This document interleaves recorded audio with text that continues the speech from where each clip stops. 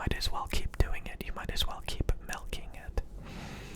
If it works, keep doing it. Why would you keep making videos that are only going to get 100 views when you could make a video with the same amount of effort, if not less, that's going to get tens of thousands of views? It's just stupid not to. So, this channel doesn't get that many views, even though I do follow the algorithm. I will actively look at my videos and which ones get the most views, and then I will make videos about those same subjects over and over again, and try to repeat the result of getting a lot of views.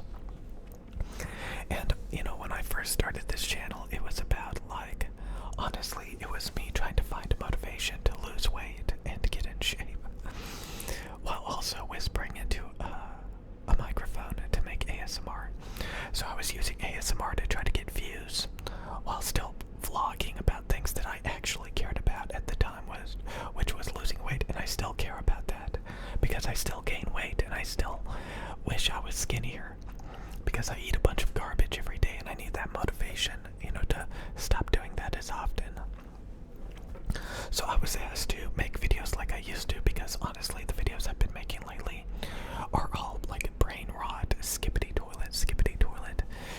They're all just like meme videos trying to pander to the algorithm, because more people want to see that than me just vlogging about how I don't like being fat, or stuff like that. And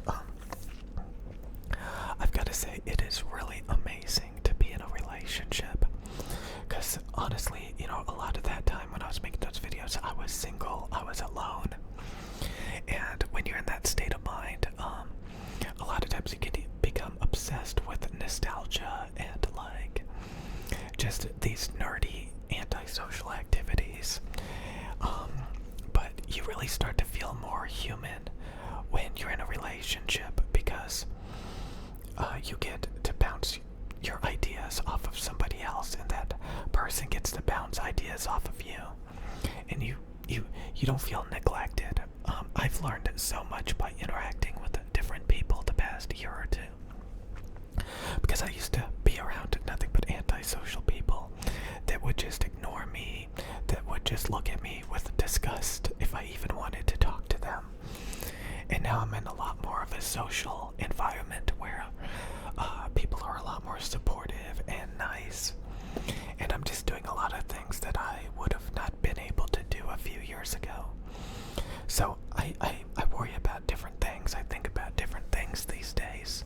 So it's hard to go back to my OG videos where I was alone, frustrated, stressed out. You see that a lot with single men and pickup artists and all those people that talk about toxic relationships. And it's funny, because if you look at history, especially lately I've been reading a lot of history stuff, and you see the role that women are supposed to have in a man's life. They're there to be supportive. They're there to be your best friend.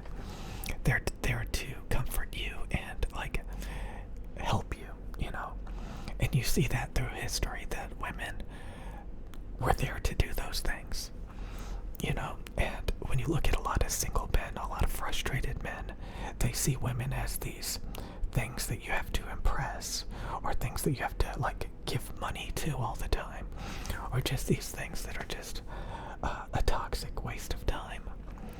And this can change your perspective on the world, and it can make you lose interest in the world. Lately I've taken a lot more interest in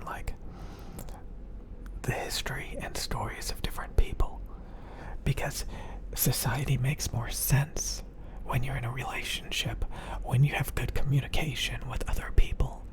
Society starts to make a lot more sense. But if you've been neglected and treated like crap, you don't see the value in people. You don't see the value in interacting with people or playing the game of life. You just want to be alone and play video games and waste your time worrying about stuff that's very simple-minded, very focused on yourself. But once you get a lot of social interaction and support, and you start to care a little bit more about like different people, different people's lifestyles. And again, if you can constantly bounce all that stuff back on somebody, that's the whole thing about therapists, you know. Therapists are basically friends that you pay to listen to you and bounce things off of and support you and give you feedback. A therapist is nothing more than like a wife or a friend that you only get a couple of hours with at a time, if you're lucky and you have enough money to pay for those visits and stuff. So, you know, there's so many frustrated people out there, and a lot of them have lifestyles that make it frustrating. There's so many addictive things that people can do where they just sit by themselves. And, you know, again, one of the worst things I ever did was hang out with nothing but men. I would go to jobs where, like, everybody was a man. I worked in environments where it was like 99% men. I would come home and I would talk to people that were 99% men. So I was just surrounded by men and toxic masculinity, you know, arguing and talking shit to each other, you know. And when I got myself out of that environment, things got better. So, you know, you need to have a healthy lifestyle.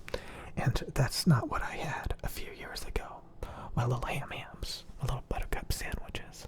So it's hard to go back and care about those things like I used to.